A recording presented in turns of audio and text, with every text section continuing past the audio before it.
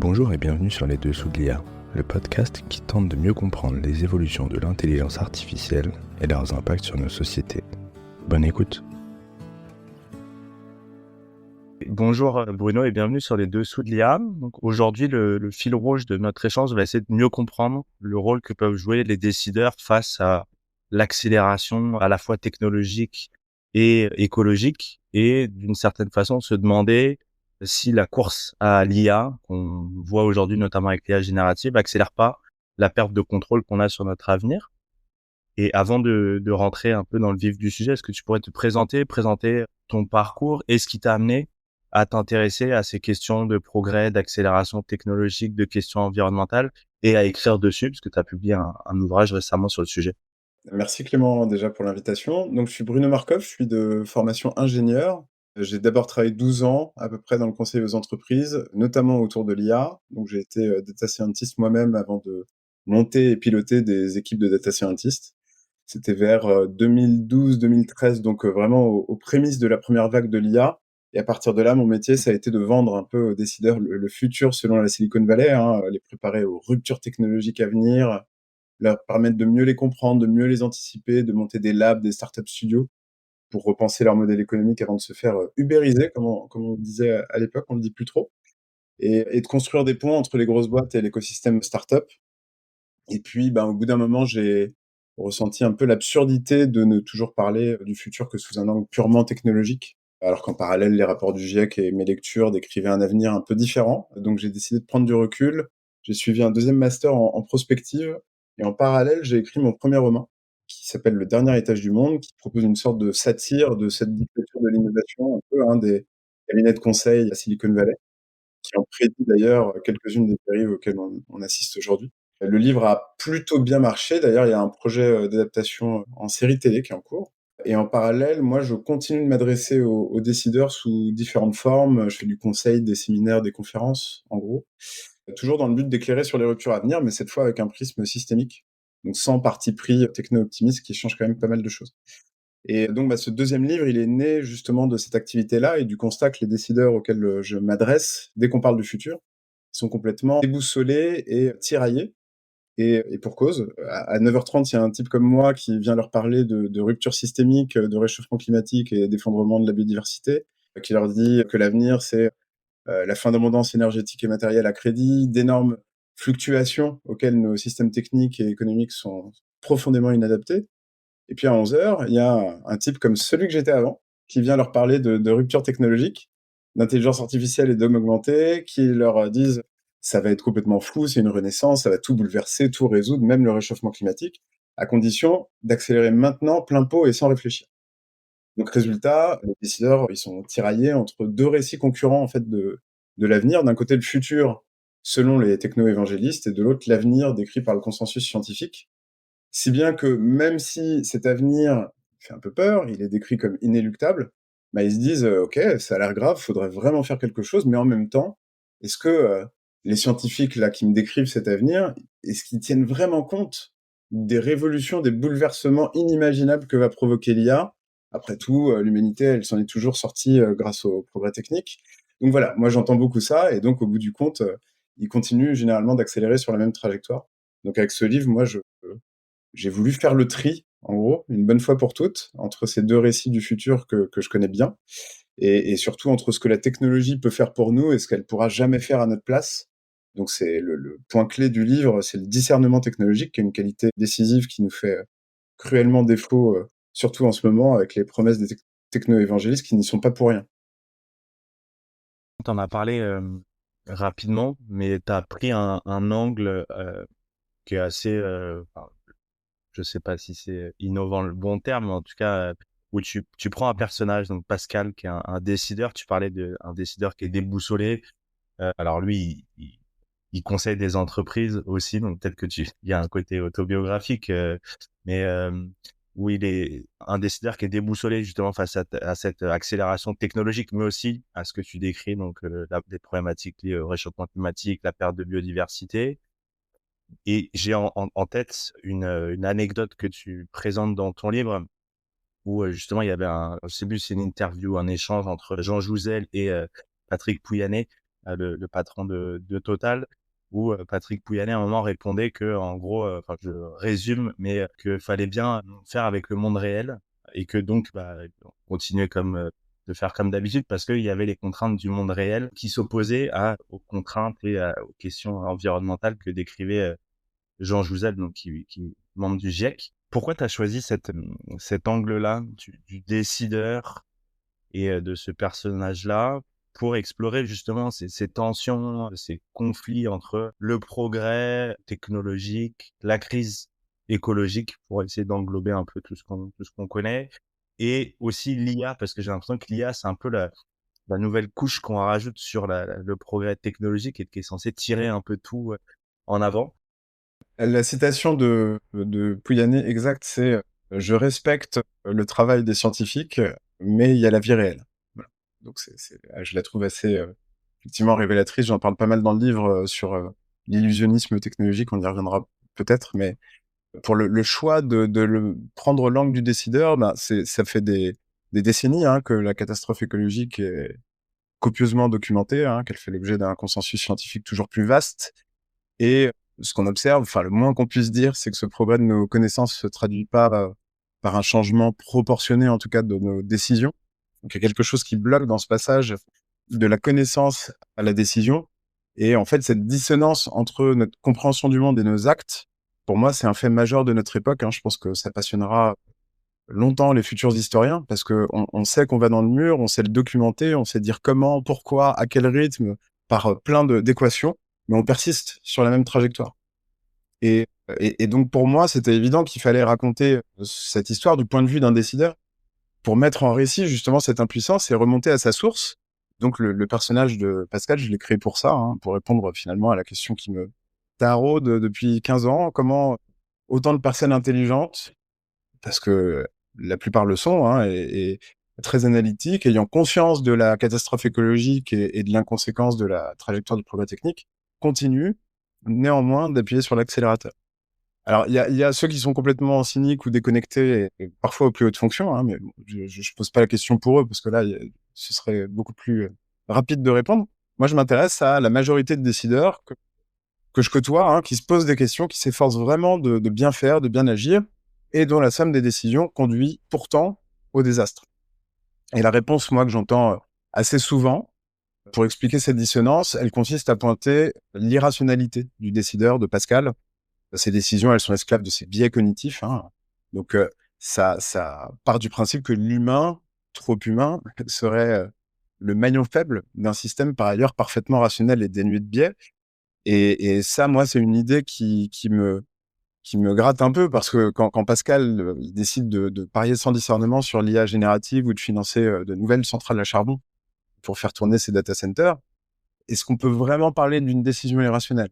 À l'échelle systémique, oui, sans aucun doute, mais au regard de nos modèles économiques et mentaux, ça se discute. C'est en fait considéré comme une décision extrêmement rationnelle, étayée par des arguments logiques, des données factuelles. Il y a peut-être 15 cabinets de conseil derrière qui ont tamponné.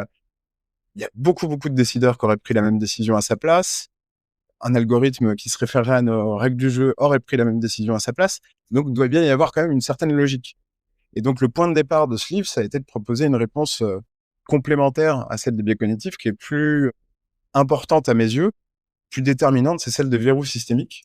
Donc, ces verrous, ils sont inspirés de la théorie des jeux. Alors, ils en sont issus parfois, comme le dilemme du prisonnier. Ils expliquent pourquoi on peut prendre des décisions parfaitement rationnelles à l'échelle microéconomique, à l'échelle des décideurs, et que ces décisions, en fait, la somme de ces décisions se révèle complètement aberrante à l'échelle systémique. Et on est dans cette situation-là. Donc, on peut les voir, si on parle de biais cognitifs, comme des biais collectifs, des biais de notre intelligence collective qui se retrouvent forcément dans toutes les technologies qu'on fabrique, et que les technologies qu'on fabrique viennent encore plus renforcer. Et donc voilà, j'ai voulu proposer en fait un récit initiatique pour qu'on s'identifie à ce pauvre Pascal, et qu'on découvre que si la question cruciale du discernement technologique, il reviendra, c'est pour moi la question centrale, la plus décisive sans doute pour le salut de notre civilisation, c'est pour ça que c'est dans le titre, de quel progrès avons-nous besoin? Si on se la pose pas, si elle paraît parfois même un peu abstraite ou lointaine, c'est à cause des verrous systémiques, parce qu'on a tous tellement intégré leur existence que nos décisions acceptent de s'inscrire dans le petit périmètre de faux choix qu'ils nous laissent. Et donc tout l'enjeu pour Pascal, dans la seconde partie du livre, ça devient de s'en affranchir parce que tant qu'il restera dans ce périmètre, ces décisions, aussi éclairées, bien intentionnées soient-elles, elles continueront de corroborer le sens actuel du progrès ou d'aggraver les problèmes qu'il cherche à résoudre. On va creuser ça dans la suite de l'échange. Sur l'IA, parce qu'on nous le présente souvent, et alors, c'est pas le propre de l'IA générative, mais comme la nouvelle révolution industrielle. Toi, ce que tu montres dans ton livre, c'est que ça s'inscrit dans une logique d'accélération technologique plus large. Justement, est-ce que si tu remets un petit peu dans un contexte historique, quelle est la place de l'IA dans cette dynamique du progrès? Et dans ton livre, tu t'opposes, en tout cas dans la première partie, tu opposes la promesse justement d'un progrès technologique infini qui est capable de s'affranchir des limites planétaires et qui est souvent porté par des acteurs de la Silicon Valley, versus le consensus scientifique dont tu parles, les limites planétaires liées à l'impact de l'homme sur son environnement. En quoi, pour toi, l'IA, aujourd'hui, qui est un peu la dernière, le dernier étage de la fusée, il illustre parfaitement ce conflit finalement entre la croissance exponentielle du progrès, de l'impact qu'on a sur notre environnement et la croissance exponentielle de la façon dont on défonce les limites, en fait. Parler de révolution industrielle, de nouvelle révolution industrielle, ça semble excitant comme ça, mais encore, comme tu dis, encore faut-il être sûr d'avoir tiré toutes les leçons des révolutions industrielles précédentes. Accélérer, c'est bien, être sûr d'être sur la bonne trajectoire, c'est mieux. Et donc, le livre commence évidemment par un bilan rapide parce que ce bilan, il a déjà été fait, hein. Il y a du positif depuis 150 ans, croissance exponentielle du PIB, de la population, du niveau de vie, progrès de la médecine, accélération du progrès technique. Et donc, il y a plein de bonnes choses. Il faut rappeler d'ailleurs que rien de tout ça n'aurait été possible sans énergie fossile. Mais il y a aussi quelques effets de bord, en effet. Croissance exponentielle de la consommation de ressources et d'énergie, la plupart du temps en tapant dans un stock fini, des émissions de gaz à effet de serre, donc réchauffement climatique, de la perte d'espaces naturels, donc effondrement de la biodiversité, dérèglement du cycle de l'eau, de l'azote, etc. Et en fait, je commence mon récit au début des années 70, tu parlais un peu d'historique, parce qu'il s'est passé deux choses un peu remarquables à ce moment-là, qui illustrent bien cette dichotomie. La première, c'est la sortie du rapport Midos sur les limites à la croissance. Donc, c'est des chercheurs du MIT qui conçoivent un modèle informatique avec les moyens de l'époque pour extrapoler cette trajectoire exponentielle et ses effets sur les différents paramètres du système Terre. Et leur conclusion, pour résumer, c'est qu'il n'existe aucun scénario où cette croissance, cette accélération peut se poursuivre à l'infini sans s'effondrer à un moment ou à un autre du XXIe siècle. Ça peut être pour plein de raisons, manque de cuivre, manque de pétrole ou des raisons un peu plus complexes. Mais en conclusion, vouloir accélérer sur cette trajectoire, c'est une impasse. Et puis, deuxième chose qui se passe au début des années 70, c'est la naissance du microprocesseur, donc de la Silicon Valley, fondée sur la promesse inverse. La croissance exponentielle de l'économie, elle peut se poursuivre à l'infini parce que le progrès technique, ça va générer de plus en plus de valeurs immatérielles. Donc, immatériel, ça veut dire pas d'impact sur le système Terre. Comment? Grâce à la loi de Moore, c'est-à-dire la prophétie marketing formulée par le fondateur d'Intel qui prédit que la puissance de calcul, ça doublera tous les 2 ans à coût constant. Et donc, conclusion opposée, vouloir accélérer sur cette trajectoire, c'est non seulement logique, mais c'est notre destinée manifeste. Et donc, on a déjà à l'époque un début de divorce entre le progrès technique et le progrès scientifique. D'un côté, on transforme le monde de plus en plus vite et on se dit que c'est le propre de l'homme. Et de l'autre, on comprend de mieux en mieux les effets délétères de cette transformation et on se dit que c'est aussi le propre de l'homme de comprendre un peu le monde dans lequel on vit. Et donc, malgré le divorce, on essaye de se convaincre pendant 50 ans que ça peut le faire. On peut être guidé par ces deux progrès à la fois sans avoir trop à choisir, ce qui donne quelques injonctions contradictoires. La croissance doit être infinie, mais s'inscrire dans le respect des limites planétaires. L'accélération technologique est inéluctable, mais elle doit être régulée par les pouvoirs publics. Or, aujourd'hui, ma lecture, c'est que ces contradictions, elles sont devenues intenables. D'ailleurs, Elon Musk, Peter Thiel et consorts sont les premiers à le savoir. Et on est donc voué à choisir ce qui doit primer entre la technique et la connaissance. Si c'est la technique, faut accélérer. Si c'est la connaissance, faut atterrir. C'est aussi simple que ça. Et voilà, l'oligarchie l'oligarchie de la tech, elle a fait son choix, qui est de s'allier malheureusement à une extrême droite pro-business, anti-régulation, pour combattre tous les champs du progrès scientifique qui contestent l'accélération technologique. Et l'IA, oui, elle s'inscrit au cœur de cette dynamique. Il y a la fameuse phrase d'Eric Schmidt, qui résume bien la tendance actuelle quand il dit on ne tiendra pas nos objectifs climatiques de toute façon parce qu'on n'est pas organisé pour. Alors, même si l'IA aggrave le problème, elle est notre meilleure chance de le résoudre. Et on comprend l'idée sous-jacente. L'IA, ça peut nous permettre d'optimiser tout un tas de choses. Justement, notre consommation d'énergie et de ressources, nos flux de personnes, de marchandises, etc. Donc, des gains d'efficience peuvent être... On peut aller chercher des gains d'efficience. Et on part un peu tranquillement du principe que cette optimisation, ce gain d'efficience, il va compenser le fait qu'en parallèle, tous les autres usages de l'IA vont faire exploser notre consommation d'énergie et de ressources et nos flux de personnes et de marchandises. Et ça, on peut d'ores et déjà dire que ça n'a aucune chance de marcher à cause d'un premier verrou systémique dont on parlait, qui est l'effet rebond. L'effet rebond, c'est quand un gain d'efficience énergétique ou matérielle, au lieu de se traduire par des économies d'énergie ou de ressources, il se traduit au contraire par une augmentation de la consommation.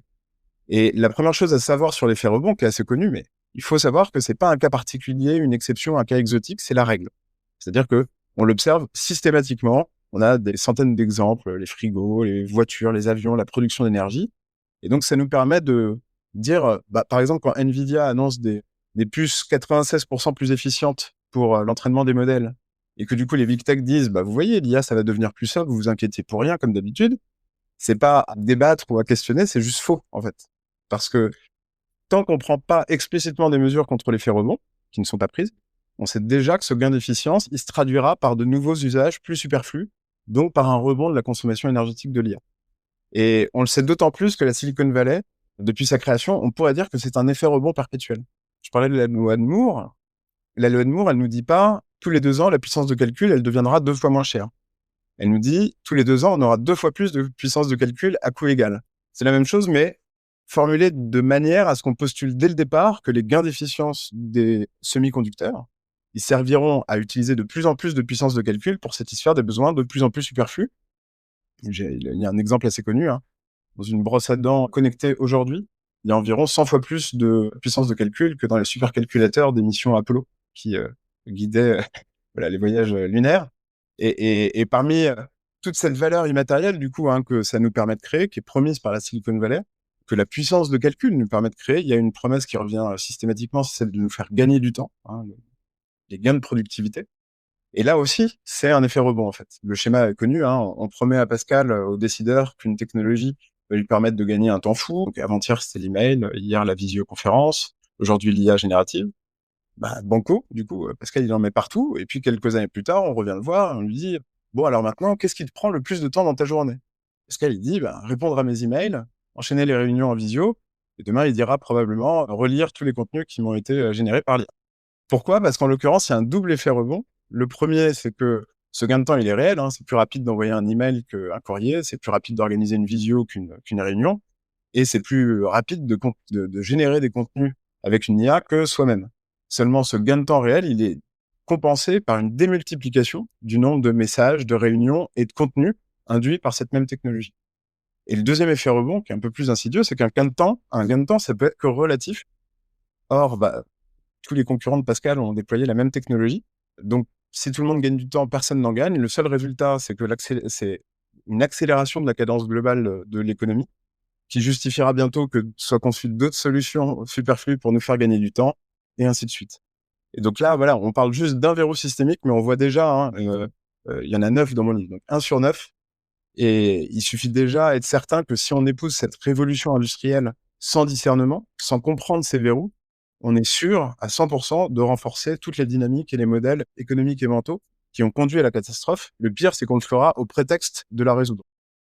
Je veux bien juste que tu précises un petit peu cet aspect gain de temps, parce que, et notamment sur l'IA générative, c'est un peu l'argument massu qu'utilisent beaucoup de consultants, de boîtes, en disant vous inquiétez pas, on va vous faire gagner du temps, vous allez automatiser tout plein de tâches, grâce à nous, vous allez économiser 10 heures, 20 heures, 30 heures par semaine pour faire des tâches à plus forte valeur ajoutée.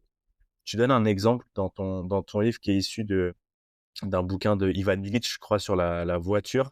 Et je veux bien que tu le tisses un peu, parce que je pense que c'est intéressant pour voir un peu ce qui se cache entre la version officielle où, oui, tu gagnes du temps, tu vas plus vite. Et en fait, quand tu ramènes ça à une réalité plus concrète, plus quotidienne, en fait, tu te rends compte que peut-être on a un mauvais outil pour calculer le gain de temps, et qu'en fait, si on dézoome un petit peu, on se rend compte qu'en fait, on gagne pas tant de temps que ça et que ça a peut-être moins d'intérêt en fait de s'y lancer à corps perdu, quoi. L'exemple d'Ivan Illich, je pense que c'est le calcul qu'il fait sur le temps moyen que passe un Américain à financer ou à utiliser sa voiture.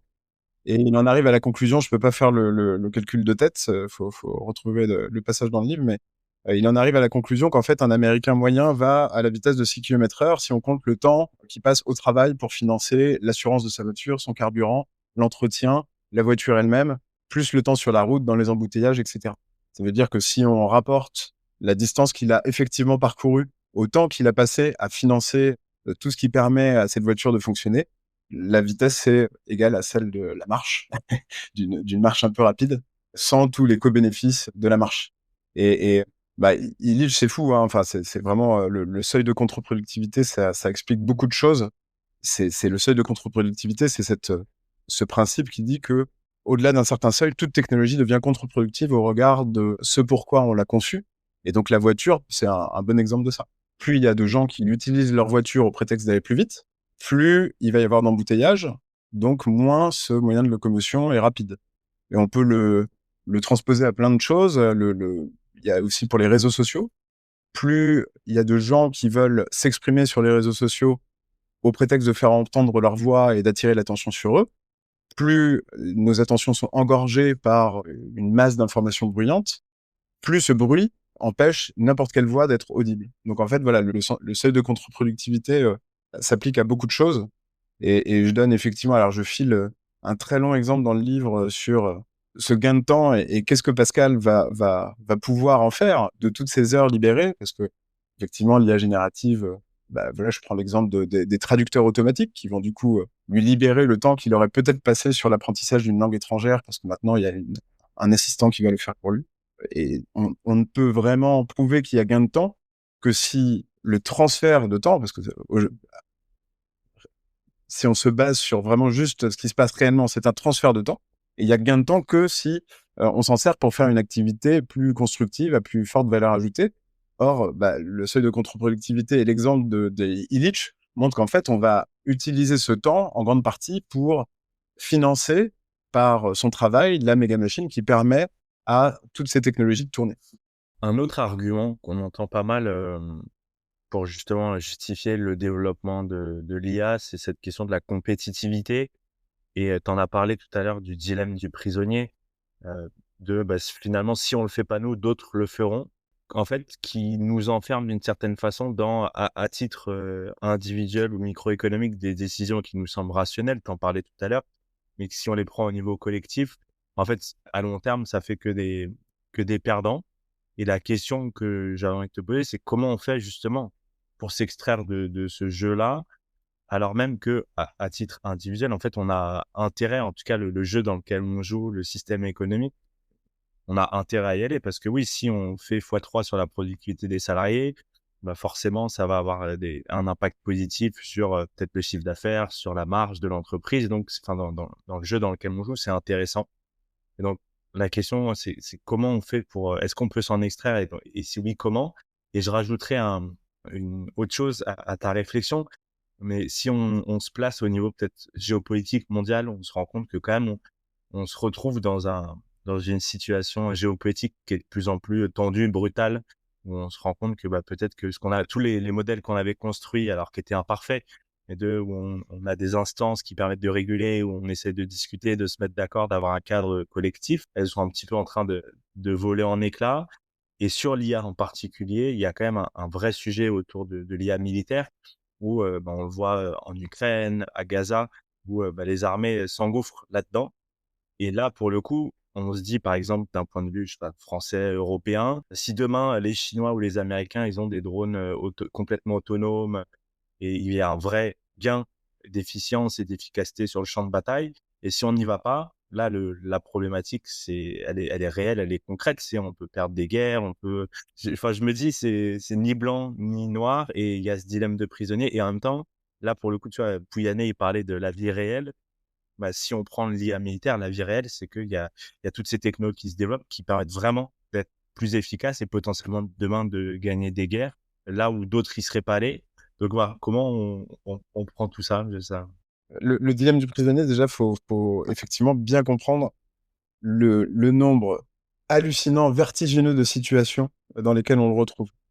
Si je reprends l'exemple dont je parlais un peu plus tôt, d'une technologie qui nous fait gagner du temps, donc mettons qu'un cabinet de conseil propose à Pascal et disons Pascaline, sa concurrente, une IA qui écrit leurs emails à leur place. Là, on est sur des choses un peu anodines, mais la promesse est claire, hein, ça va leur libérer un temps fou. Ils vont enfin, comme tu dis, pouvoir se concentrer sur la véritable valeur ajoutée de leur métier. C'est généralement cette promesse qu'on fait. Et on va dire que Pascal et Pascaline, ils sont pas dupes, ils commencent à comprendre un peu l'entourloupe de l'effet rebond dont je parlais. Si tout le monde gagne du temps, personne n'y gagne, à part bien sûr le cabinet de conseil et le concepteur de la technologie. Et donc, si Pascal et Pascaline, pour rappeler le dilemme du prisonnier, ils pouvaient se concerter et se faire confiance, ils en arriveraient sans aucun doute à la conclusion du discernement technologique. Hein. Mieux vaut que aucun de nous deux ne souscrive à ce nouvel outil, ou alors avec des limites d'usage claires pour contrer l'effet rebond, justement. Mais comme Pascal et Pascaline sont en compétition, ils peuvent pas se concerter, ils peuvent pas se faire confiance. Et donc chacun se retrouve à anticiper la décision de l'autre et à en déduire sa décision la plus rationnelle dans chaque scénario. Et donc si on se met à la place de Pascal, il se dit, OK, si Pascaline achète ce nouvel outil, ma décision la plus rationnelle, c'est de l'acheter aussi. Parce que sinon, comme tu dis, hein, elle va devenir plus productive que moi et je vais perdre des parts de marché. Et si Pascaline, elle achète pas ce nouvel outil, bah, désolé de l'admettre, mais ma décision la plus rationnelle, c'est quand même de l'acheter parce que l'occasion est trop belle. Je pourrais devenir plus productif et récupérer ces parts de marché. Et au bout du compte, comme les deux décideurs pensent pareil, ils tiennent le même raisonnement, ils décident donc d'acheter le nouvel outil en pure perte. Et c'est ça le dilemme du prisonnier, hein, c'est que Pascal est prisonnier de la décision de Pascaline et inversement. Et bah, tu l'as effectivement dit, on le retrouve à toutes les échelles, ce dilemme du prisonnier. Les décideurs sont enlisés dans ce verrou-là, à la fois au niveau individuel, international, au niveau micro, macroéconomique. On peut remplacer donc Pascal et Pascaline dans l'exemple par effectivement USA, Chine et Europe qui se demandent faut-il ou non accélérer la recherche en IA quand on maîtrise déjà pas grand-chose de ce qui existe aujourd'hui, ou les utilisateurs d'un réseau social détenu par un milliardaire d'extrême droite qui se demande est-ce que je dois quitter ce réseau social et risquer de perdre tous mes followers au profit de ceux qui resteront. Et en fait, voilà, il est omniprésent et il faut déjà bien comprendre comment ça fonctionne parce que, en attendant, les big tech en profitent pour faire adopter massivement des technologies dont la valeur est parfois contestable. Parce que le propre de ces verrous, du dilemme de prisonnier comme tous les autres, c'est d'interdire tout discernement technologique. Comme tu dis, on est obligé d'y aller, voilà, parce que les autres, sinon, iront pour nous. Et donc, comment on en sort? Alors, c'est tout le thème de la dernière partie de mon livre. Ce serait difficile à résumer en 3 minutes, mais on peut déjà commencer par 2 choses qui nous rendraient déjà beaucoup moins impuissants et qui élargiraient nos marges de manœuvre. La première, c'est de prendre conscience de ces verrous systémiques. Il y en a 9 que je décris dans le livre. C'est pas forcément exhaustif, mais on va dire que si on prend conscience de ces 9-là, on sort déjà considérablement de la situation d'impuissance dans laquelle on se trouve. De prendre le temps d'en parler, de comprendre comment il fonctionne, de poser vraiment cette grille de lecture sur les différentes situations dont tu as parlé et vraiment pour comprendre que c'est toujours un peu le même mécanisme qu'il y a là. Voilà, moi j'anime parfois des ateliers avec des décideurs ou des étudiants pour les faire réfléchir aux très très très nombreux cas où ces verrous sont présents et bloquent leurs décisions. Et ça clarifie quand même considérablement le problème quand on comprend ce qui nous empêche d'agir de manière éclairée, raisonnée, etc. Et la deuxième, effectivement, face au dilemme du prisonnier, mais en fait, face à tous les verrous, c'est un peu toujours pareil. C'est très difficile de s'en sortir seul. C'est impossible, en fait, de s'en sortir seul. Il faut créer des coalitions de décideurs. Donc, décideurs au sens large. Dans mon livre, je parle d'un décideur. On devine qu'il est plutôt en entreprise, mais décideurs, c'est des élus, des territoires. C'est aussi nous, consommateurs, citoyens. Dans la manière dont on utilise les technologies, dont on s'informe, on est aussi des décideurs à notre échelle. Et donc, ces coalitions, leur raison d'être, c'est de sortir de ces verrous systémiques dans un contexte précis. Pour reprendre un des exemples qu'on a abordés, si je quitte un réseau social tout seul, je perds beaucoup de valeur et le réseau social perd rien du tout. Et si je coordonne ma stratégie avec d'autres utilisateurs, par contre, je peux avoir un effet de levier considérable et le rapport s'inverse. C'est un peu ce qui s'est passé avec HelloKittix, par exemple, mais ça peut s'imaginer peut-être même à des échelles plus grandes. Et de même, tu parlais de l'Europe et de la pression que font peser les IA militaires sur cette question du discernement technologique. Moi, je reste convaincu justement que le discernement technologique, c'est la meilleure option stratégique qui s'offre à l'Europe. à condition que tous les décideurs de la coalition soient alignés sur cet objectif. Donc, discernement, ça veut pas dire qu'il faut pas y aller sur l'IA en général. Ça veut dire que effectivement, les usages dont tu parles, ben, on comprend que c'est existentiel de les développer, donc on les développe. Mais il faut que ce soit un débat collectif. Peut-être qu'il y a des angles morts. Peut-être qu'il faut fixer des limites à la recherche dans ces champs-là. Donc, il faut avoir des règles assez claires et pas laisser le marché dicter ces règles parce que là, on comprend que c'est un peu complexe. Et il faut aussi qu'on soit certain. L'Europe, c'est une coalition, hein. Ça a été conçu comme ça. Le problème, c'est que on ne s'assure pas que tous les membres de la coalition sont alignés sur un même objectif. Finalement, pour l'instant, c'est un peu les règles du jeu qu'on est en train de quitter qui priment. Et donc, il est important d'en trouver de nouvelles. Et le discernement technologique, je trouve que c'est un bel objectif à se fixer parce que c'est une ligne apolitique. C'est ni de gauche ni de droite. Ça transcende les clivages. Ça permet de sortir des injonctions contradictoires dont je parlais plus tôt, hein, la croissance infinie dans les limites planétaires, l'accélération technologique régulée par les pouvoirs publics. Et ça fait clairement et systématiquement primer la connaissance sur la technique, ce qui est à mon avis l'enjeu aujourd'hui. Et donc ça permettrait par exemple de comprendre que si on met 109 milliards sur l'IA parce que Trump vient d'en mettre 500 et qu'on le fait sans discernement, ça veut dire qu'on laisse le marché décider de l'allocation de ces 109 milliards, il y a de très très fortes chances qu'on alimente en fait une pyramide de Ponzi dont le sommet se trouve quelque part à Palo Alto. Et donc non seulement d'un point de vue écologique, c'est terrible, on aggrave la catastrophe, mais même sous un prisme stratégique ou économique, il y a de fortes chances que ça profite moins à l'Europe qu'à ceux qui contrôlent l'infrastructure. Justement, en parlant d'infrastructure, toi, dans ton ouvrage, tu parles de technosphère. Il y a différentes couches qui se superposent, une stratification. Est-ce que tu pourrais présenter un petit peu cette technosphère et justement, en quoi le fait qu'il y ait une superposition de couches, ça rend la maîtrise, la régulation de l'IA encore plus difficile? Ben, je vais peut-être commencer par définir un peu la notion de technosphère. Ça se réfère à l'étude du système Terre. Donc, si on schématise, le système Terre, il est composé de 4 sphères naturelles, l'atmosphère, donc, tout le monde connaît, la lithosphère, c'est-à-dire la croûte terrestre et une partie du manteau supérieur. Et entre les deux, enfin, un peu mêlé à tout ça, on a l'hydrosphère, toutes les zones où l'eau est présente, quel que soit son état, et la biosphère, toutes les zones où la vie est présente. Et donc, dans cette description du monde, on a vite constaté qu'il manquait une sphère essentielle qui serait composée par l'ensemble des objets et des systèmes techniques fabriqués par l'homme. Et donc, c'est ça qu'on appelle la technosphère, hein.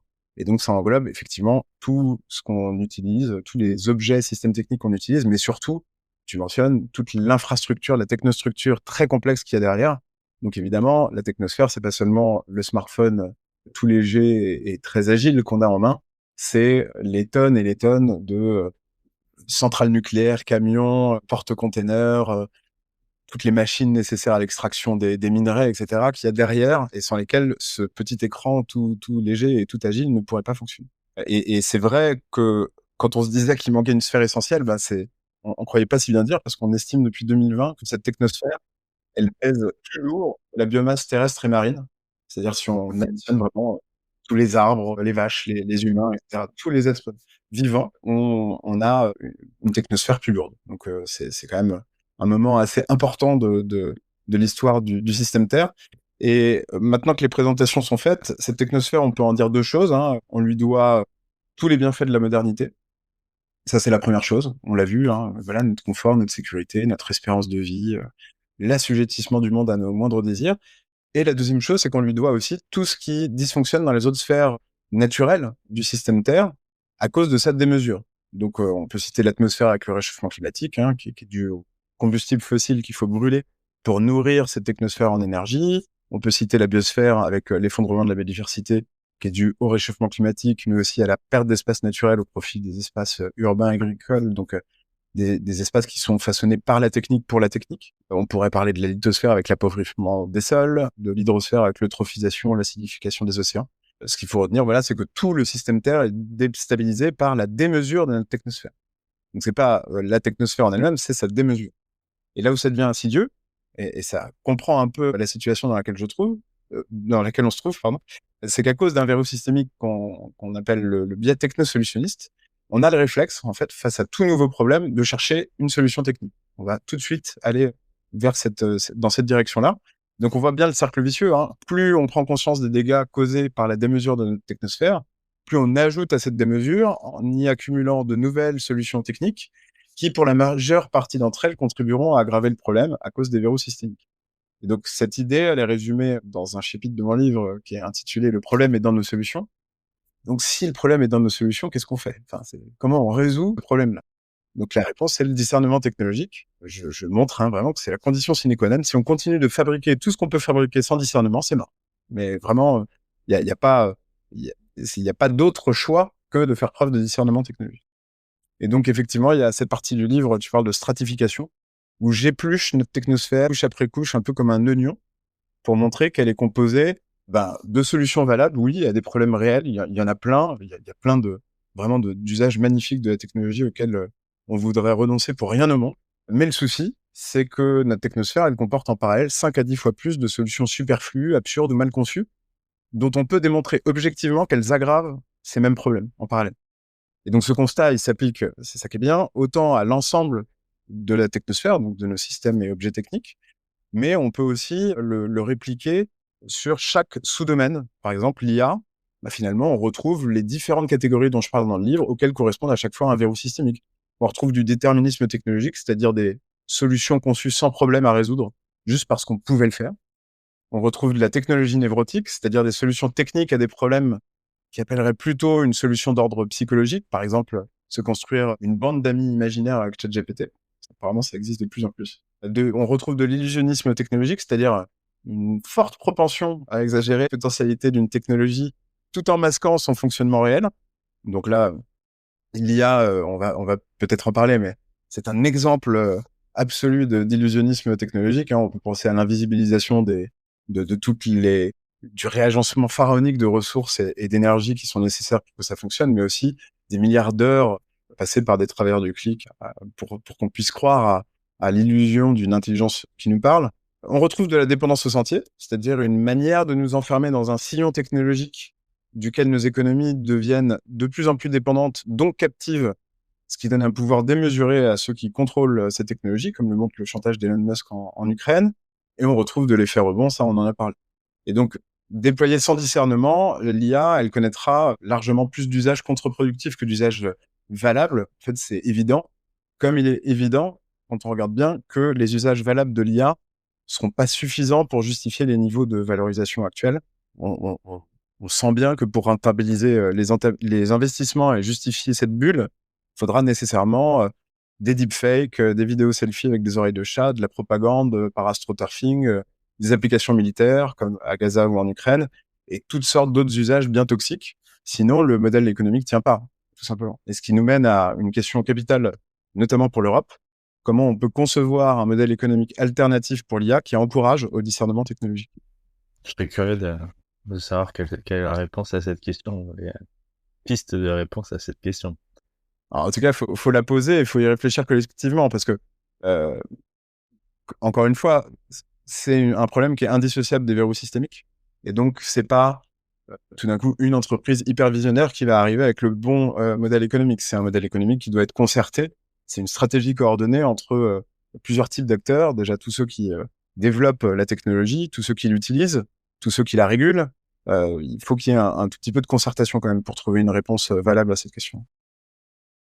T'en parlais tout à l'heure, tu citais Eric Schmidt, justement, l'ancien patron de Google, qui disait que globalement, en gros, on allait dans le mur, mais que grâce à l'IA, on allait résoudre le changement climatique, comme si c'était un problème à résoudre. Et nous, on savait pas faire, mais que l'IA saurait faire un jour, peut-être. On y croit en tout cas. Et en même temps, donc il y a cette techno-là qu'on considère comme capable de résoudre tous nos problèmes globalement, hein. Mais tu dis que la technologie dont on parle, elle repose sur nos biais, des trajectoires passées avec toutes les données d'entraînement. Pourquoi tu penses que ce récit justement, alors qui est clairement du solutionnisme technologique, il est dangereux? Et est-ce que d'une certaine façon, on n'est pas en train d'automatiser un peu notre propre aveuglement? Parce que si on délègue les décisions des algorithmes qu'on considère plus objectifs, plus intelligents que nous, finalement, on est un peu en train aussi de laisser le manche à un outil qu'on a conçu, quoi. Ouais, tout à fait. J'aime bien automatiser notre aveuglement. C'est assez juste. Moi, j'aime bien commencer en disant qu'il y a 10 ans, si au moment de signer les accords de Paris, Eric Schmidt était arrivé, ou Sam Altman, ou n'importe quel techno-évangéliste, hein, pour dire: «Vous inquiétez pas, bientôt on va pouvoir résoudre le réchauffement climatique grâce à l'IA». Je pense qu'on n'aurait pas accordé beaucoup de crédit à cette promesse. Et la question, c'est pourquoi on la trouve plus plausible aujourd'hui? Est-ce que c'est parce que la technologie progresse? Réponse simple. Ou est-ce que c'est parce que notre discernement recule? Je vais pas répondre tout de suite, mais j'ai ma petite idée. En tout cas, ça montre une chose, on fait de moins en moins confiance à l'intelligence humaine, collective, pour prendre des décisions compliquées. C'est ça que ça dit, hein, la citation d'Eric Schmidt. Et de plus en plus confiance, du coup, par dépit peut-être, mais à des IA, à des algorithmes pour les prendre à notre place. Et ça relève d'un certain nombre de tours d'illusionnisme qu'il faut prendre le temps de décortiquer et d'observer. Alors, il y en a un premier qui consiste à faire croire que la machine, ça prendrait une décision plus rationnelle et objective, moins biaisée qu'un être humain. Donc, voilà, c'est une machine, donc forcément, ça va être du calcul, ça va nous trouver la réponse que nous, on n'aurait pas trouvé à cause de nos biais, à cause de nos intérêts, parfois contradictoires, etc. Or, le fait est que l'IA va pas décider par magie, hein, mais en fonction d'une règle du jeu qu'on va lui donner. Donc, non seulement un objectif, hein, qu'est-ce qu'elle doit optimiser, mais aussi un cadre, un jeu de contraintes à l'intérieur duquel elle va devoir maximiser cet objectif. Par exemple, voilà, s'il y a moins d'électricité disponible sur mon smart grid, est-ce que l'IA doit alimenter en priorité les grandes villes, les hôpitaux, l'armée, les agriculteurs ou les data centers dont elle dépend? Derrière, il y a des décisions humaines, hein, forcément, et fondamentalement subjectives. Et donc, si on demande à Jean Jouzel et Pouyanné, dont on en parlait tout à l'heure, de se mettre d'accord sur une règle du jeu commune, ils co-conçoivent cet algorithme, on va attendre longtemps. On le sait parce que ça fait 30 COP, hein, on essaye de les mettre d'accord. Pourquoi ça prend du temps? Parce que toute la complexité du problème, elle se trouve dans son cadrage, dans ces fameuses règles du jeu. Donc, ça peut être tentant, j'imagine, de croire Eric Schmidt, de dire, bah, ça sert à rien de parler de cette complexité-là, de s'asseoir autour d'une table, de parler des sujets qui fâchent, parce que de toute façon, on se mettra jamais d'accord. Donc, laissons les machines nous calculer la réponse. C'est tentant, mais c'est un tour d'illusionnisme, faut le dire quand même, pur et simple, parce que ça revient à faire passer pour objectif un cadrage biaisé, celui de ses concepteurs. Est-ce que ce sera celui de Jean Jouzel ou de Patrick Pouyanné? Peut-être celui qui a le plus de capital à mettre dans cette affaire. Et puis surtout, ça opacifie les critères et le modèle qui ont conduit à la prise de décision. Donc ça rend la décision plus difficilement discutable. On peut plus difficilement inviter l'algorithme au Sénat et lui demander: «Mais qu'est-ce qui t'a pris de couper l'eau potable à un hôpital pour, prioriser le refroidissement d'un data center?» Et donc, ça, c'est Gary Marcus qui a cette phrase, hein, «L'IA, c'est un écran de fumée», ça pourrait l'être, utilisé de cette manière-là, qui masque les décisions arbitraires de ses concepteurs en les faisant passer pour objectifs. Donc ça, c'est le premier tour d'illusionnisme, mais il y en a d'autres. Tu as déjà mentionné un 2e qui est que, bah, effectivement, ça entérine le cadrage implicite que, bah, l'IA, c'est un problème d'optimisation et que donc ça appelle des solutions techniques. Donc c'est le biais technosolutionniste, on en a parlé, je reviens pas dessus, mais c'est là aussi très dangereux comme tour d'illusionnisme, hein. J'ai essayé de dire pourquoi. Il y en a un 3e qui est que le nom même, hein, de l'intelligence artificielle nous ferait croire, enfin nous pousse à partir du principe que ça rendrait nos décisions plus intelligentes, nos entreprises d'ailleurs, nos sociétés plus intelligentes. Donc, ça veut dire que si, notre IA qui sauve le réchauffement climatique, qui résout le problème du réchauffement climatique dont on parle, depuis tout à l'heure, elle est conçue par le GIEC, que son cadrage, il fait l'objet de longues réflexions et de délibérations collectives pour être certain que vraiment on a évité tous les biais possibles et imaginables. C'est très dur, mais on y est arrivé. On part du principe qu'à partir de là, l'IA va répondre plus intelligemment que nous aux problèmes posés, que, en gros, d'une masse de données complexes et bruyantes va jaillir la lumière. Or, c'est très difficile de définir l'IA, on en parlait avant l'enregistrement. Mais ce qu'on peut dire, voilà, pour schématiser, c'est que ce sont des modèles qui permettent de produire une information B, donc une décision, une prédiction, un texte, une image, un film, que sais-je, à partir d'une information A, un prompt, un contexte, etc. Et c'est là que c'est important, ces modèles, ils sont obtenus en leur faisant ingurgiter plein d'informations B sachant A. Donc, pour qu'ils puissent en fait inférer et reproduire les schémas de pensée qui semblent permettre à l'intelligence humaine de produire B à partir de A. Donc, si je reformule, quand on délègue nos décisions à une IA, on les délègue à un agrégat de nos décisions passées. Donc, même si on lui fixe les bons objectifs et la bonne règle du jeu, elle y répondra en reproduisant nos modèles et schémas de pensée des 15-20 dernières années.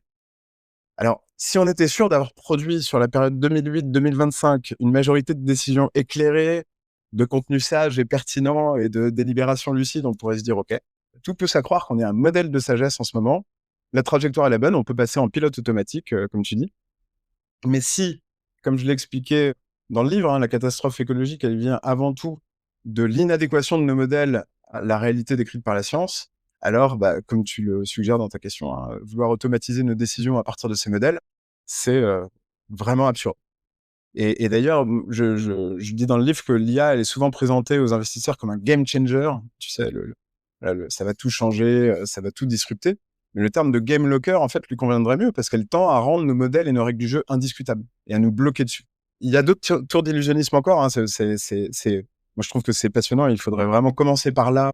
Même les cafés IA ou toute formation sur l'IA devrait commencer par dire ce que ça n'est pas.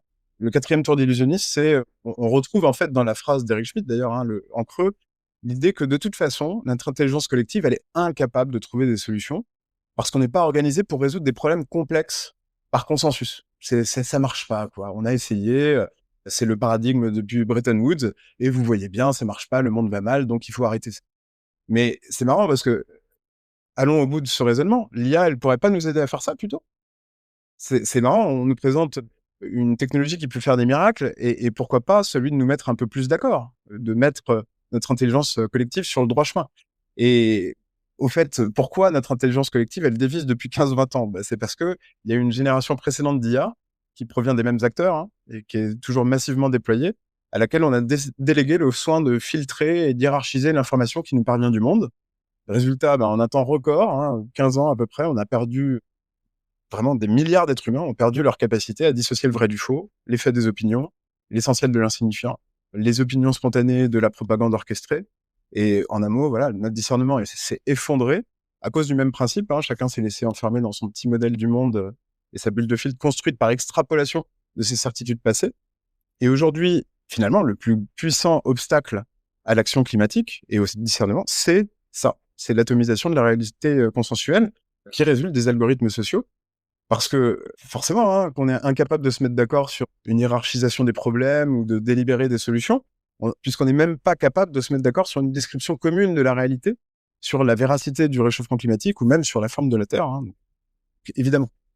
Bon, allez, j'en fais un dernier de tour d'illusionnisme, mais il y en aurait encore d'autres, mais j'en fais un 5e, c'est le fait qu'on parle d'intelligence artificielle. Ça donne l'impression que la machine nous parle et fait preuve d'intelligence, et là-dessus, bon, j'invite à voir l'excellent documentaire Les Sacrifiés de l'IA ou à lire Antonio Casilli, hein, ça permet de se rendre compte. Encore aujourd'hui, nos modèles d'IA ultra sophistiqués, ils suffisent pas à créer tout seul l'illusion d'intelligence qu'on a quand on leur parle. Il faut que des millions de travailleurs invisibles annotent, modèrent, corrigent leurs réponses et leurs données d'apprentissage. Et ça évoque la fameuse histoire, alors j'en ai pas parlé dans ce livre-là, je crois, mais dans celui d'avant, du Turc mécanique, qui était un tour d'illusionnisme, hein. Au 19e siècle, on faisait croire à de prestigieux joueurs d'échecs. Il paraît que Bonaparte et Benjamin Franklin s'y sont laissés avoir, qu'ils affrontaient une machine, donc à l'effigie d'un Turc, d'un automate turc, en dessous duquel des rouages et des engrenages ultra spectaculaires se mettaient en mouvement à chaque fois que l'automate se mettait à réfléchir à un nouveau coup. Et le tout, en fait, n'était qu'une marionnette activée par un homme caché sous l'échiquier, hein, un homme très très fort aux échecs. Et aujourd'hui, en fait, c'est un peu la même chose qui se joue, sauf que quand ChatGPT répond à une question un peu pointue sur un sujet médical ou sur le droit des affaires ou sur l'apprentissage du solfège, sa réponse, elle lui est pas soufflée par un expert du sujet, mais par des milliers de personnes comme toi et moi, qui sélectionnent juste la réponse la plus vraisemblable, celle qui sonne le mieux. Et là où ça devient particulièrement cynique, c'est que ce marché du micro-travail, du micro-tasking, sur lequel repose l'industrie des travailleurs du clic, donc nos IA, le leader, c'est Amazon avec un service qui s'appelle Mechanical Turk, le Turc mécanique. Donc voilà. Bref, tout ça pour dire que l'IA, c'est un assemblage de tours d'illusionnisme. J'aurais pu en citer plein d'autres. Et d'ailleurs, c'est cohérent, hein, avec sa représentation sur les interfaces graphiques. Généralement, c'est une baguette magique de couleur mauve qui évoque la magie, le mystère. On retrouve normalement ça plutôt sur des sites d'astrologie. Et ça nous ramène à la question que je posais au départ, hein. Est-ce que la hype actuelle autour de l'IA, ça prouve que la technologie progresse ou est-ce que c'est parce que notre discernement recule? En fait, moi, je pense que c'est un seul et même mouvement et que c'est le plus grand danger de l'IA de très loin, loin devant les robots tueurs et le scénario Terminator. C'est que l'IA, par son design, son modèle économique, son nom, hein, on l'a dit, sa représentation sur nos interfaces, toute la mythologie qui l'entoure, c'est avant tout une machine à duper notre jugement, donc à appauvrir notre discernement, à la fois parce que c'est une condition sine qua non pour gagner au jeu d'imitation de Turing, hein, pour passer le test de Turing. On pousse l'anthropomorphisme pour nous faire croire qu'on échange avec ChatGPT on peut tout lui confier, nos tâches, nos secrets, nos questionnements, nos créations, etc. Et à la fois parce que duper le jugement des autres, faut pas oublier que c'est une des activités économiques les plus lucratives, hein, à la base du marketing, de la publicité, de l'économie de l'attention, du personal branding sur LinkedIn, du lobbying, de la communication politique, de la propagande, de la guerre cognitive. Et toutes ces activités, elles se déroulent majoritairement sur nos plateformes et elles sont aussi, sans aucun doute, les premiers domaines d'application des LLM. Donc ça ne veut pas dire qu'il n'y a pas de cas d'usage valable de l'IA pour répondre au réchauffement climatique, hein, ça ne veut surtout pas dire ça. Mais ça veut dire qu'il va être très difficile d'appliquer avec discernement une technologie qui est en partie conçue pour nuire à notre discernement. Une question complémentaire là-dessus, tu parlais de modèle économique et dans ton livre, tu évoques cette notion de longue traîne que tu appliques aux décideurs où en tout cas, tu dis que la grande majorité des décideurs ont pas intérêt.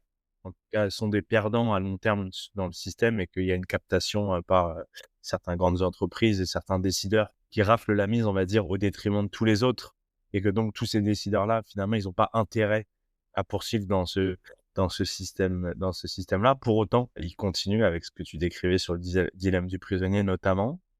Et tu abordes une notion de coalition où tu dis qu'en fait, on pourrait créer une coalition de tous ces acteurs qui n'ont pas intérêt à ce que le système perdure, en même temps qui tout seuls peuvent pas peser dessus. Tu donnais l'exemple de je pars de Twitter tout seul ou on part à plusieurs. Justement, on peut transformer un peu ou coaliser tous ces acteurs-là ensemble pour qu'ils puissent avoir un effet de levier important, sachant que quand même, je pense, un des freins, en dehors de tous les verrous, il y a quand même un aspect économique. C'est-à-dire que quand tu es dans un système que tu connais, quand tu connais les règles du jeu, où tu sais qu'en fait, si tu fais ça, bah, potentiellement, tu vas avoir plus de chiffre d'affaires, donc plus d'argent sur ton compte en banque que toi, à titre individuel. Tu peux aussi gagner quelque chose de ce système. Quand tu vends des technodia, bah, tu sais que tu vas avoir un bon salaire à la fin du mois. Donc, il y a quand même cet enjeu économique, à la fois individuel, organisationnel, bah, qui te loque encore plus dans le système et tu quittes quelque chose que tu connais pour aller vers quelque chose que tu connais moins, que tu maîtrises moins. Justement, comment tu fais, voilà, coaliser, c'est donner envie ou donner la possibilité de sortir du système, alors même qu'il y a toutes ces contraintes. Ce que tu mentionnes là, avec cette carotte de toujours gagner plus d'argent en prenant un temps d'avance sur un futur qui semble écrit d'avance parce que c'est le déterminisme technologique qui le dicte, c'est encore un verrou. C'est le verrou du jeu spéculatif. Tu l'as un peu fait, mais moi, je reformule toujours la question comment en pourquoi on le fait pas, qu'est-ce qui nous en empêche aujourd'hui. Donc, je traduis toujours en verrou parce que, encore une fois, le comment, ça fait 50 ans qu'on y réfléchit, donc je pense pas qu'on manque de leviers concrets. Je pense par contre qu'on manque de compréhension de ce qui nous empêche de les mettre en place. Donc parmi les verrous, il y a effectivement le jeu spéculatif qui est très insidieux et qui empêche effectivement de créer des coalitions. J'en parlais au début, hein, les décideurs, ils sont tiraillés entre le futur, évangéliste et l'avenir décrit par le consensus scientifique. Et le fait est qu'aujourd'hui, c'est le futur qui accapare toute l'attention des décideurs parce que c'est une source constante d'incertitude. Hein. Quelles technologies vont apparaître? Quel impact ça va avoir sur mon activité? Que vont décider mes concurrents, les marchés, le législateur? En fait, on n'en sort jamais de ces questions-là. C'est bien que l'avenir, il passe systématiquement au second plan. C'est le spéculatif qui prend le pas sur le prospectif. Et donc, au fondement de toutes les décisions, il y a toujours la même question. Que vont décider les autres? Quel est leur pari le plus probable? Et c'est ça le jeu spéculatif, comme à la bourse ou à une table de poker. Hein. Le but, c'est pas tant de prédire le jeu que les décisions futures des autres joueurs. Et ça, c'est un verrou. Pourquoi? Parce que tant que les décideurs spéculent sur leurs décisions respectives, ils arriveront toujours à la conclusion que le futur le plus probable, c'est une extrapolation du système A, même s'il est catastrophique, même s'il est dystopique. Et donc, dans les démarches de prospective, c'est souvent parlant, hein, tout le monde est super fort pour imaginer des futurs dystopiques très réalistes, sans aucun effort. Hein. Vraiment, il y a beaucoup d'auteurs de SF dystopiques qui s'ignorent. Mais dès qu'il faut imaginer un scénario alternatif, plausible, on tombe très vite dans des clichés un peu naïfs, on sent que personne n'y croit vraiment.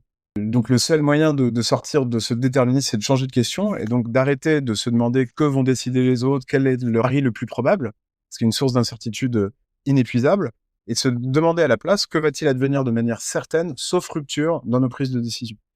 Et cette approche, elle est inspirée par le catastrophisme éclairé de Jean-Pierre Dupuis, qui nous invite à nous confronter à l'idée que la catastrophe à venir est inévitable parce qu'il s'agit d'une condition sine qua non de son évitement. C'est-à-dire que dès lors que en tant que décideur, on se focalise sur nos certitudes à propos de l'avenir. Donc, fin de l'abondance énergétique et matérielle, plus de catastrophes naturelles, plus de tensions sur les ressources et plus de conflits d'usage, des régimes inassurables. Enfin voilà, les rapports et les modèles existent déjà, hein. Les sources d'incertitude quant aux décisions des autres, elles paraissent en fait un peu dérisoires. Et donc, on remet un peu la bonne hiérarchisation des faits à propos de l'avenir. Et on passe donc d'une approche spéculative, où j'infère à partir du présent un pari sur le futur le plus probable, à une approche prospective, j'infère à partir de la catastrophe à venir la ligne de conduite présente, la plus à même de l'éviter ou d'en atténuer les effets. Et dès qu'on pense comme ça, je parle d'une longue traîne parce qu'il y a une écrasante majorité de décideurs qui ont un pouvoir de décision effectivement infime à l'échelle individuelle, mais qui n'ont aucun intérêt à rester isolés dans cet avenir-là, et dont la décision la plus naturelle, dès lors qu'ils partent de ce catastrophisme éclairé, est de se regrouper en coalition pour avoir un effet de levier sur le système. Et il y a, en fait, moi je considère qu'il y a peu de chances d'éviter la catastrophe en attendant que les plus gros décideurs prennent des décisions de rupture. Ils sont, on pourrait dire, à certains égards, les plus bloqués par les verrous systémiques de tous les acteurs. C'est eux. Alors qu'une nuée de petits décideurs qui infléchissent leurs décisions de manière coordonnée, ça peut avoir un énorme effet de levier et je pense que c'est un peu plus crédible. Et donc, voilà, le catastrophisme éclairé, j'utilise, je sais pas si on a le temps, mais une métaphore dans le livre de l'automobiliste et du platane. Je peux? J'ai le temps? Ça permet de bien comprendre le catastrophisme éclairé. J'imagine un automobiliste qui perd le contrôle de son véhicule et qui fonce droit sur un platane. Et ce qu'il faut comprendre, c'est que la collision, elle est à venir, elle s'est pas encore produite, mais elle est certaine. Et c'est ça qu'il faut bien avoir en tête. À moins d'une décision de l'automobiliste, qui est de tourner le volant, qui ne peut arriver, cette décision, il ne peut la prendre que s'il considère bien l'accident à venir comme une certitude. S'il commence à spéculer sur toutes les versions de son avenir possible, qu'est-ce qui se passe si je tourne le volant maintenant, dans 1 seconde, dans 3 secondes, quel va être l'impact sur ma probabilité de rester en vie, en fonction de l'angle de percussion du platane, de ma vitesse, est-ce que j'ai activé l'airbag, le freinage d'urgence, la direction assistée, est-ce que je mettrai pas le pilote automatique, il saura peut-être mieux que moi, est-ce que finalement c'est si grave, enfin bon, et ainsi de suite, et on peut comme ça s'amuser à créer un arbre infini de futurs possibles jusqu'à ce qu'on tape le platane. Et un point que tu soulignes dans ton livre que je trouve intéressant, tu dis justement que la crise du progrès, elle vient aussi du fait qu'on confond innovation et amélioration réelle des conditions de vie. Et justement, alors, je vais pas te poser une question en comment, mais peut-être qu'est-ce qui empêche aujourd'hui, globalement, on a des mesures alternatives au PIB ou des façons autres de se dire, mais finalement, la technologie, la solution qu'on apporte, est-ce qu'elle apporte un vrai plus ou est-ce qu'on a des indicateurs qui font un peu écran de fumée? Qu'est-ce qui empêche aujourd'hui, justement, qu'on utilise ces indicateurs qui permettent de dire: «Oui, en fait, il y a un vrai impact, ça améliore vraiment les conditions d'existence» versus non, c'est quelque chose, typiquement, les emails, ça a un intérêt, mais si c'est déployé à trop large échelle, en fait, ce que tu expliquais là sur ce seuil de contre-productivité où en fait, là, on est allé trop loin et en fait, ça rajoute du bruit, ça rajoute de la et en fait, à la fin, ou les visioconférences, en fait, les gens, ils sont malheureux parce qu'ils sont tout le temps en visio et leur journée, c'est devenu un enfer, quoi. Donc, en fait, l'amélioration des conditions d'existence, non, pas trop, en fait. C'est une question capitale, vraiment cette question de la mesure, parce qu'elle est piégeuse, je le montre dans le livre. Alors, j'aurais pu parler de plein de choses, parce que dans le livre, il y a aussi tout un passage sur la loi de Goodhart, sur l'effet Cobra, et comment le fait de définir des mesures ou des indicateurs à l'échelle microéconomique peut renforcer nos verrous et du coup aggraver le problème à l'échelle systémique. Mais j'aimerais bien insister sur la base de cette question de la mesure et pourquoi ça peut être un piège. Parce que ça nous fait revenir, j'ai quand même toute une partie de mon livre où je remonte à plutôt les sources, les origines presque philosophiques ou épistémologiques du sens du progrès actuel. Et notre conception de la valeur au sens économique du terme, elle est dès le départ biaisée aujourd'hui pour encourager l'artificialisation du monde, c'est-à-dire du transfert du capital naturel vers un capital financier ou technologique. Et donc, à chaque fois qu'on essaie de mesurer une valeur, même si on croit bien faire, on est souvent encouragé finalement à faire primer la technosphère sur la biosphère et les autres sphères naturelles du système Terre, ce qui est le fond du problème. Et je prends un exemple dans le livre qui est Pascal, mettons, il hérite d'une forêt pluricentenaire. Et sous cette forêt, bon, il y a une immense quantité de pétrole. Donc, Patrick Pouyanné, encore lui, arrive et lui offre une fortune pour tout déforester et construire une bombe carbone. Et Pascal, bon, il peut se dire, bah, ce projet, à l'échelle systémique, il risque de détruire plus de valeur qu'il n'en créera. Il peut même l'étayer par des rapports scientifiques, de nombreux rapports scientifiques. Mais comment il arrive à le démontrer aux économistes de Total et de Bercy aussi, hein, qui, sur leur tableau de chiffres, voient seulement la valeur que ce projet va créer. Et la seule chance de Pascal, en fait, c'est de passer des semaines, des mois, à calculer le prix de chaque service écosystémique rendu par cette forêt. Donc, il va créer des modèles ultra sophistiqués, conçus pour approximer la complexité du vivant. Hein. On ne peut que tendre vers, en attribuant une valeur à chaque arbre en fonction de son utilité manifeste. Donc, CO2 séquestré, oxygène émis, eau de pluie retenue, espèces abritées, et puis traduire ça en risque et arriver à une valeur monétaire à la fin. Et ce que je raconte dans le livre, c'est que face à la démonstration éloquente de Pascal, les économistes froncent les sourcils, un peu embêtés, ils s'enferment en réunion plusieurs heures, puis ils finissent par ressortir avec un grand sourire et un immense soulagement en disant à Pascal, non, c'est bon, c'est OK. On a vu qu'Elon Musk avait financé une technologie séquestrant plus 9% de CO2, une autre qui abrite plus 3% d'espèces et une autre qui retient plus 1,5% d'eau de pluie au mètre carré. Donc, on a réaffirmé la prééminence de la technosphère sur la biosphère en rajoutant juste des indicateurs. Et plus tard dans le livre, je transpose le même principe à l'IA. Hein. Pascal essaie de convaincre un techno-évangéliste que dans certains cas, l'IA, ça peut détruire plus d'intelligence qu'elle n'en crée, comme j'ai essayé de le faire un peu à la question sur les tours d'illusionnisme. Et en fait, je montre que c'est impossible pour les mêmes raisons, c'est-à-dire que les notions de valeur et d'intelligence, elles sont réduites à leur seule part calculable et modélisable. Et donc, la destruction de valeur et d'intelligence naturelle induite par les nouvelles technologies, elles sont invisibles, justement cachées sous le tapis de ce que nos modèles ne savent pas quantifier. Donc, quand tu parles de définir de manière quantitative le seuil de contre-productivité d'une technologie, comme tu disais avec l'email, en fait, c'est non seulement c'est très difficile, ça, ok, mais on peut faire parce qu'on a l'habitude de gérer la complexité, mais surtout, ça peut être contre-productif. C'est-à-dire que estimer le seuil de contre-productivité peut être contre-productif. Et c'est pour ça que moi, je préconise dans le livre d'avoir recours à des critères et des objectifs qualitatifs parce que ça nous oblige à recourir à l'intelligence collective humaine et au consensus pour les définir. On ne peut pas demander à un algorithme d'optimiser le degré de bonheur d'une société, j'en sais rien, parce que il faudrait lui traduire ce qu'est le bonheur en équation. Et donc, évidemment, hein, mon conseil, c'est de surtout pas le faire. Et donc, ces critères, moi, j'ai quelques exemples pour l'IA, mais il faut surtout en débattre. Hein, ça doit être défini collectivement. C'est pas Bruno Markov qui doit les définir dans son... Et c'est... Moi, j'en proposerais déjà 2 ou 3. Il y a la non-performativité, je pense que c'est hyper important pour exercer notre discernement sur quelles IA sont bénéfiques ou non. Non-performativité, c'est qu'il y a des cas d'usage où, on a dit tout à l'heure qu'on confiait nos décisions à un agrégat de nos décisions passées, et des cas d'usage où c'est pas gênant. Si je suis sur le dépistage de maladies, vous avez tel résultat d'IRM, vous avez tel diagnostic, c'est pas gênant. Il n'y a pas de performativité. Ça veut dire que si l'IA me diagnostique un cancer, ça va pas rendre le cancer plus réel. Alors qu'il y a plein de cas où il y a cette situation un peu tendancieuse où le modèle performe la réalité. Quand un modèle me dit vous avez acheté ceci, vous aimerez cela, il participe un peu à ce que j'ai plus de chances d'acheter ça et de rentrer dans un peu ce sillon-là, quoi. Pour la fabrique de l'opinion, c'est pareil. Vous pensez ceci, vous serez d'accord avec cela. L'algorithme, il me conseille une opinion conforme à la mienne en prédisant que c'est ce que j'ai envie de voir. Et en fait, plus il le fait, c'est toute l'histoire des bulles de filtre, plus je vais avoir envie de voir ce type d'opinion, donc plus sa prédiction va se vérifier. Ou même pour l'investissement, hein, un algorithme, une IA me dit tu veux un placement rentable, achète des actions Amazon ou BP, ça monte depuis 20 ans, donc ça ne peut que continuer à monter, j'extrapole.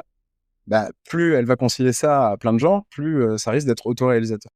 Et donc c'est ce fameux game locker dont je parle plus tôt, c'est vraiment cette relation entre le modèle et la réalité. Ça se voit partout, hein, on n'a pas attendu l'IA, il y a sur les marchés financiers, il y a des équations, par exemple sur le pricing des options, qui sont d'autant plus vraies que toutes les boîtes de trading les utilisent. Du coup, tout le monde a la même manière d'estimer une option, donc ça devient vrai de fait. Et peut-être un deuxième critère qui serait intéressant, toujours dans le qualitatif, c'est la distinction que je fais par analogie avec la biologie dans le livre entre un design d'IA symbiotique, donc une IA qui se développerait au bénéfice de notre intelligence, et un design parasite qui se développerait au détriment de notre intelligence. Et je montre qu'aujourd'hui, dans les modèles économiques actuels, ça favorise systématiquement les designs parasites.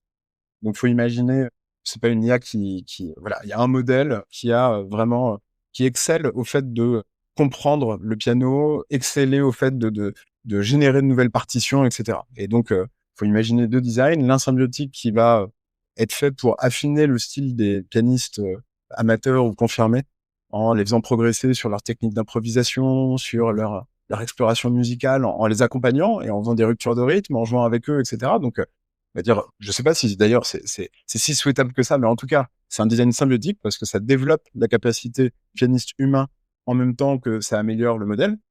Et on peut imaginer un design parasite qui est conçu pour juste produire des morceaux de piano qui vont se vendre en appliquant les recettes qui marchent et qui font que d'autres disques ont marché. Et donc, symbiotique versus parasite, c'est que dans le design symbiotique, on a renforcé les capacités humaines. C'est-à-dire que même si l'IA disparaît, le pianiste, il garde les bienfaits, les bénéfices que lui a apporté l'IA pendant toutes ces heures d'utilisation. Alors que l'autre, le design parasite, ben, on en devient dépendant et bah, s'il y a une coupure de courant, on est complètement démuni. On peut à peine jouer du piano, quoi. Et si ça paraît un peu trivial aux gens qui aiment pas le piano, je rappelle, hein, qu'on veut mettre de l'IA partout, hein, c'est le projet. Donc dans les hôpitaux, sur les châteaux d'eau, dans nos cultures, dans nos centrales. Donc c'est quand même un petit sujet. Et donc si une zone économique comme l'Europe faisait preuve de discernement et donc mettait le discernement technologique comme vraiment son horizon, elle serait bien inspirée de mettre cette condition au design de l'intelligence artificielle, qu'elle soit toujours symbiotique. C'est pas quantitatif, donc il faudra s'entendre sur ce que ça veut dire dans certains cas, etc. Mais c'est plutôt une notion qu'on comprend quand même assez naturellement. Et oui, alors du coup, elle aura moins de capitaux à investir parce que le design parasite, ce que je montre dans le livre, c'est il lèvera toujours plus de fonds. Donc il aura des meilleurs développeurs, il aura du meilleur matériel, etc. Il aura plus de capitaux pour être performant. Mais ben, à long terme, c'est un système qui se déprécie lui-même, un peu à la manière d'un parasite qui nuit aux ressources de son hôte et qui finit par se nuire à lui-même. Bah, on voit bien que l'IA qui joue du piano tout seul, à force, elle a moins de données d'apprentissage de qualité et donc elle a tendance à se déprécier elle aussi avec On arrive sur la fin de l'échange et j'ai une dernière question pour toi, peut-être qui permet aussi de synthétiser un peu tout ça. Mais dans ton livre, justement, tu t'adresses à Pascal. Alors, tu parlais de Pascaline, mais en tout cas, c'est un peu ces décideurs qui sont voilà, submergés par ces récits sur le futur technologique, écologique. Si on recentre sur l'IA où, bah, le décideur, on lui parle de l'IA, des agents autonomes, de toutes ces technologies qui vont bouleverser son entreprise, son organisation, son pays et dans lesquelles il doit absolument aller. En même temps, il sait pas trop quoi en penser, il est pas forcément spécialiste du sujet. Tu vois, si tu avais peut-être 3 conseils à lui donner ou à leur donner, à tous ces décideurs, justement, pour essayer de se réarmer un petit peu intellectuellement, d'être en capacité de faire, ce pas de côté pour se dire, j'y vais pas et si j'y vais, je sais pourquoi j'y vais et si j'y vais pas, je sais aussi pourquoi j'y vais pas et justement pour essayer d'une certaine façon de commencer à construire un peu ce système alternatif auquel, je pense qu'on est plein à souhaiter et en même temps à pas mettre en œuvre parce que, voilà, peut-être, manque de courage, manque de temps, manque d'énergie, se sentir trop seul, enfin, il y a plein de raisons, mais en tout cas, voilà. Qu'est-ce que pourrais-tu leur, conseiller? Voilà, 3 conseils, alors 2, 3, enfin.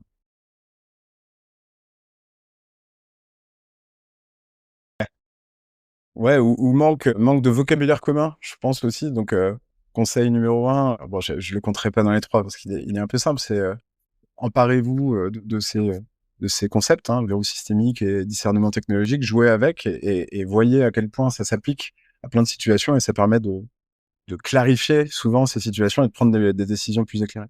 Et sinon, pour les conseils, bah, c'est évidemment compliqué, tu t'en doutes, surtout dans cette période. Donc, c'est pas ces 3 conseils qui vont changer la face du monde, mais on va dire, c'est peut-être ça donne 3 déclinaisons du discernement technologique et de comment ça peut s'exprimer sur ce sujet-là. Le premier, ce serait de pas être les idiots utiles de la stratégie des accélérationnistes, de commencer par là. Parce que les États-Unis, là, ils sont officiellement en train de choisir de vivre dans une réalité alternative, hein, où l'Amérique est une corne d'abondance parce que Trump le décrète, où le réchauffement climatique et l'effondrement de la biodiversité, ça n'existe plus, puisqu'il n'y a plus de scientifiques pour en parler, et parce qu'une bulle technologique et médiatique les protège de cette réalité. Et Nous, on a un peu le réflexe de continuer de jouer le jeu, hein, de remettre 100 milliards à chaque fois qu'ils en mettent 500, de peut-être un jour créer notre propre réserve de crypto-monnaie, qui est une sorte de nouvel impôt sur la cupidité et de suivre un peu tous les moves qu'ils font en juxtaposant à chaque fois des mots comme éthique, responsable ou inclusif. Mais j'ai plutôt l'impression que cette fuite en avant des États-Unis, c'est un peu un coup de poker. Et un coup de poker, ça marche que s'il y a, désolé, mais des pigeons pour suivre.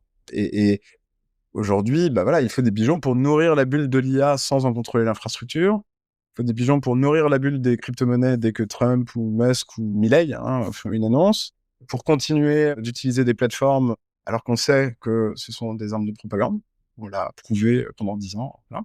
Ou en continuant de citer Poutine, celui qui contrôlera l'IA contrôlera le monde, tout en continuant de rendre nos mairies, nos hôpitaux, nos industries complètement dépendantes d'infrastructures numériques non souveraines. Donc la question est déjà, est-ce qu'on veut être les pigeons de cette histoire? Donc je dirais c'est un premier conseil, c'est de se poser cette question. Un deuxième, ce serait de toujours sur un peu, c'est une prolongation du premier, mais si d'autres veulent être leaders du monde artificiel, ce serait de les laisser faire et de choisir le monde réel et de se dire que la réalité gagne à la fin. Parce que voilà, cette fameuse réalité alternative, si les États-Unis, la Chine, tout le monde veut dilapider ses ressources et son intelligence dans cette course, déjà, il y a, à mon avis, une chose à dire, c'est que l'Europe a vraiment aucune chance de gagner à ce jeu-là. Au jeu des ressources, de l'énergie disponible, etc. Enfin, je vois pas un seul scénario et j'en connais pas un seul où on est crédible. Donc c'est plutôt une bonne nouvelle parce que ça veut dire qu'on est obligé d'inventer un autre jeu auquel on peut gagner. Et donc, est-ce qu'il faudrait pas regarder tous ces pôles se battre pour ce monde artificiel et se concentrer nous sur le monde réel en faisant primer donc la connaissance sur la technique, en redevenant un phare de la recherche scientifique, y compris, voire surtout, celle qui encourage au discernement technologique, en considérant aussi que l'avenir appartient plus vraiment à celui qui saura adapter le monde à ses modèles économiques, même quand ils sont caducs, même quand ils sont fondés sur des principes qui marchent plus, mais à celui qui saura adapter ses modèles économiques au monde. C'est un petit changement de paradigme, parce que face au monde fluctuant qui arrive, celui qui s'adaptera le plus vite et qui saura faire en sorte que ces systèmes techniques et économiques continuent de fonctionner alors que il y a une catastrophe naturelle, il y a une pénurie de cuivre ou ce genre de choses, sera plus robuste et donc à l'arrivée, c'est quand même une stratégie payante. Et puis d'accepter le retour des contraintes. Je pense que on en parle encore peu, mais je pense que ça commence à venir. On parle de capitalisme, de la finitude, etc. En fait, les accélérationnistes eux-mêmes ont compris que l'open bar énergétique et matériel est terminé. C'est pour ça qu'ils se mettent à jouer à risque, récupérer tout ce qui traîne dans les pays qui ont moins de pouvoir. Et donc, ce grand retour des contraintes, il y a deux manières d'y réagir, soit comme un enfant qui trépigne, fait un caprice, une crise de colère en disant voilà, je veux que la réalité se conforme à mes désirs, ça a toujours été le cas, je vois pas pourquoi ce serait plus le cas. Ça, c'est la voie de l'illusionnisme technologique, elle est très puissante, mais on peut aussi réagir en adulte, en sage, conscient, qui se disent que finalement la contrainte c'est pas une mauvaise nouvelle. D'ailleurs, troisième conseil, j'invite à apprendre à voir les limites à la contrainte comme des libertés. Parce qu'on s'est fait un peu retourner le cerveau sur ce sujet-là. On parlait en début d'interview d'Ivan Illich et du seuil de contre-productivité. Ça montre une chose, ça montre que les technologies, elles ne tiennent leurs promesses que si leur usage est limité.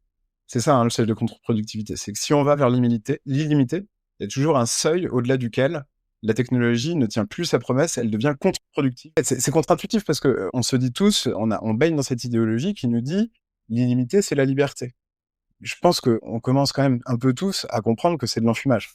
Le fait de pouvoir faire défiler un flux illimité de contenu sur Instagram ou sur TikTok, ça nous rend pas plus libres, ça nous rend au contraire addicts, captifs de ces plateformes, alors que si on se concertait pour en faire un usage limité, valable pour tous les utilisateurs, ça aurait un effet libérateur qui inciterait même chaque utilisateur à faire preuve de discernement. Il faudrait choisir. Si j'ai un temps limité à consacrer à ces informations, je vais choisir les plus essentielles, les plus qualitatives à mes yeux, au détriment des plus superflus. Donc voilà, c'est peut-être 3 conseils, évidemment, qui ne suffiront pas, mais le reste est dans mon livre, dans la dernière partie, qui sont 3 déclinaisons du discernement technologique. Merci beaucoup, Bruno, d'avoir répondu à mes questions, et puis j'espère à bientôt. Merci beaucoup. L'épisode est maintenant terminé. J'espère qu'il vous a plu. N'hésitez pas à le partager autour de vous et à vous abonner au podcast pour écouter les prochains épisodes. À bientôt.